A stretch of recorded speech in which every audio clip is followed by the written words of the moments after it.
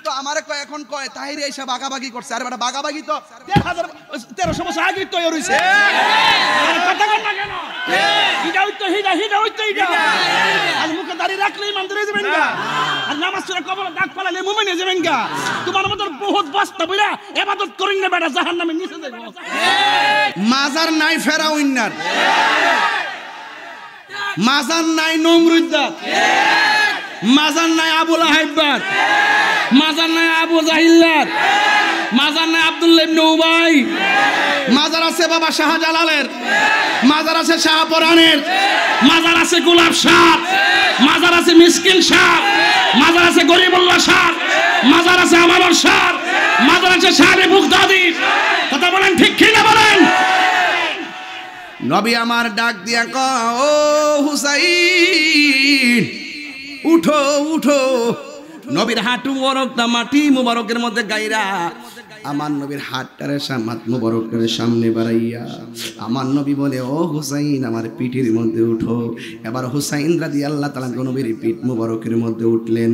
ওঠার পরে আমার নবী ডাক দিয়া কয়, ও পৃথিবীর মানুষ দেখো না জমিনে কত সুন্দর ঘোড়া পড়ে আছে।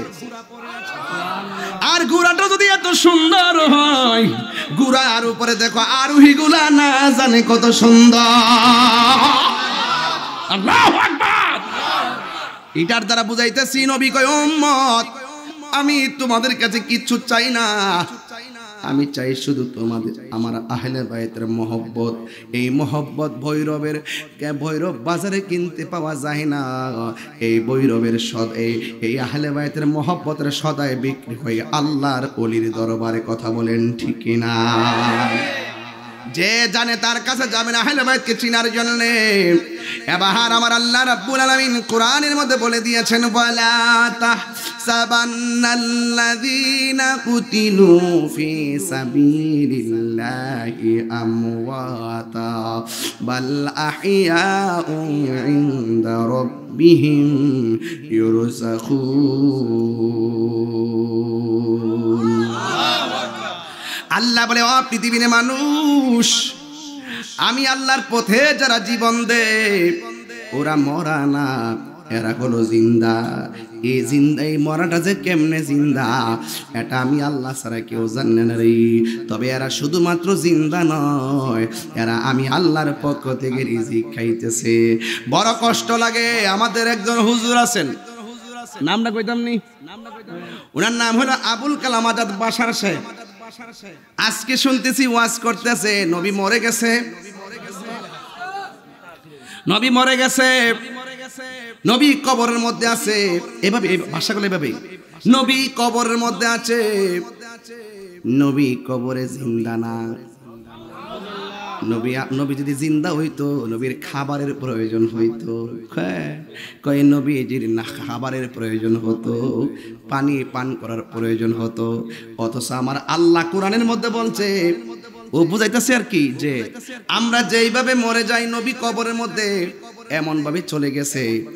নবী নাকি কবরের মধ্যে স্বাভাবিক অবস্থায় মরা অবস্থায় পড়ে আছে। বুঝাইতে যাইয়া বলতেছে খাই কি আর পান করি কি। অথচ মৌলবী এই আয়াতটা পড়ে না। আল্লাহ কয়, ওয়ালা তাকুলু লিমান ইউকতালু ফি সাবিলিল্লাহি আমওয়াত বাল আহইয়া। আল্লাহ কয়, যারা আমি আল্লাহর পথে জিহাদ করে মারা গেছে এদেরকে মৃত বলো না। অথচ আমার আল্লাহর হাবিব একটা হাদিসের মধ্যে বলেছে, সকল নবীগণ কবরের মধ্যে জিন্দা, শুধুমাত্র জিন্দা না, ইউসাল্লুন, তারা কবরে নামাজ পড়ে। মৌলবী এসে খাওন লইয়া, অথচ আল্লাহ বলতেছে কবরে খাবার আসে, ইনদা রাব্বিহিম ইউরযাকুন। এত নবী বিদ্বেষী আলোচনা যারা করে তাদেরকে আলেম বলতে আমার লজ্জা হয়,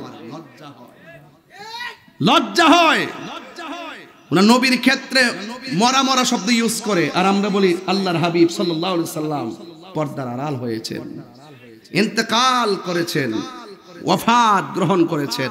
আমরা কত সুন্দর শব্দ ব্যবহার করি, আর মরে গেছে গা, কিছু করার ক্ষমতা নাই। এক মৌলবীতে ওয়াজ করতে করতে এমন ভাবে করতেছে, নবীরে সালাম দিলে নবী এখান থেকে সালামের আওয়াজ শোনার ক্ষমতা নাই।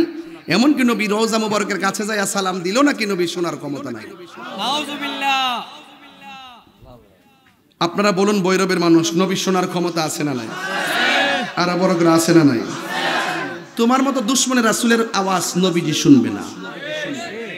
নবীর উপরে যারা প্রেমের সাথে ভক্তির সাথে দুরূদ শরীফ পড়ে সালাম দেয়, নবী তাকে শুধু চিনে না, তার বাপ দাদা 14 গোষ্ঠীকে চিনে। শেফা শরীফ হাদিস না দেখাইতে কান কেটে ফেলে দিব।